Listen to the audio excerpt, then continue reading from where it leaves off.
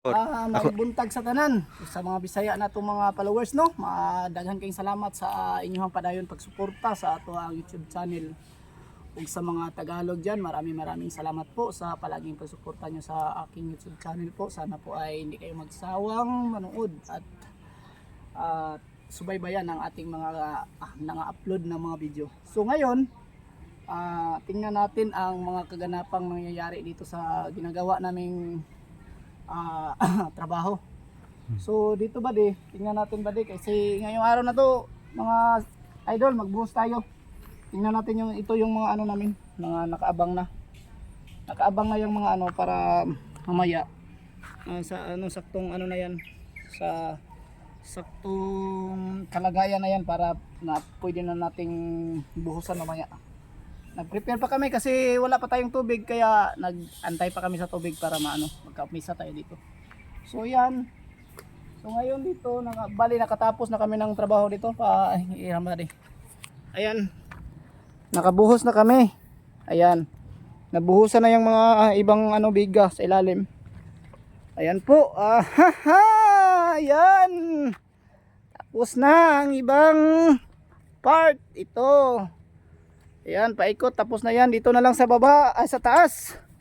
Mga kababayot kong mga kababayan. Ayan. Dito. Ayan, naghukay kami dito. Tapos namin magbuhos dyan. Buhusan natin dyan. Tapos magbuhos, hukay na naman tayo dito. Kasi kaunti lang kami dito. Kaya hindi lang namin sinasabay-sabay. Ayan. So ngayon may tanong ang kaibigan ko dito sa akin kung daw maganda. May tanong ko, anong masasabi mo sa ating mga trabahante trabaho sa construction worker? Dito ngayon, anong masasabi mo Sa akin, proud ako sa inyo. Tayo mga shout out sa lahat ng mga construction worker dyan. Saludo ko sa inyo mga boss. Kasi kung wala tayo mga boss, wala tayong magagandang building na tinatayo ngayon at pinanood, at saka wala tayong mga daanan na maganda. At lalong lalo na pasalamat ako sa lahat ng mga construction worker kasi hindi dahil sa atin wala tayong mga building na magaganda dito. So yan, at masasabi ko sa inyo na kahit gaano kahirap yung trabaho natin as construction worker, alam natin yung lahat na yung construction worker ang napakahirap na trabaho sa lahat. Dugot pawis yung buhis mo dito sa trabaho. Minsan nga napako na yung kamay natin, pero hindi tayo susuko kasi may sarili tayong mga pamilya. Ayan po, at kahit na nakakapagod at mura pa yung mga sahod natin, okay lang, laban lang tayo mga buddy, mga idol, kasi ganyan talaga ang buhay.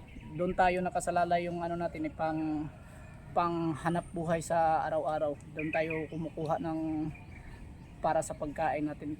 Kumukuha tayo ng mga lakas sa ating pamilya. Sige, salamat mga idol. Ayan po. Ayan, ito yung mga kasamahan natin dito mga idol. Nag-prepare na tayo para sa pangbuhos. Yan. Ayan. Ayan. Ayan. Dito po tayo. Naka-prepare na tayo mga idol. Yung tubig natin mga idol wala pang laman. Inihintay natin yan mga idol. Kung pumapuno na yan, pwede na tayo mag-umpisa. Ayan. Sama kayo? Sige. Ayan mga kasamahan natin mga kaibigan yan. Ayan sila po. Si Boss Bini at saka si Boss Aki at si Boss tawag dito Reggie at may isa pa tayong bossing dito. Sige po, maraming salamat. Thank you.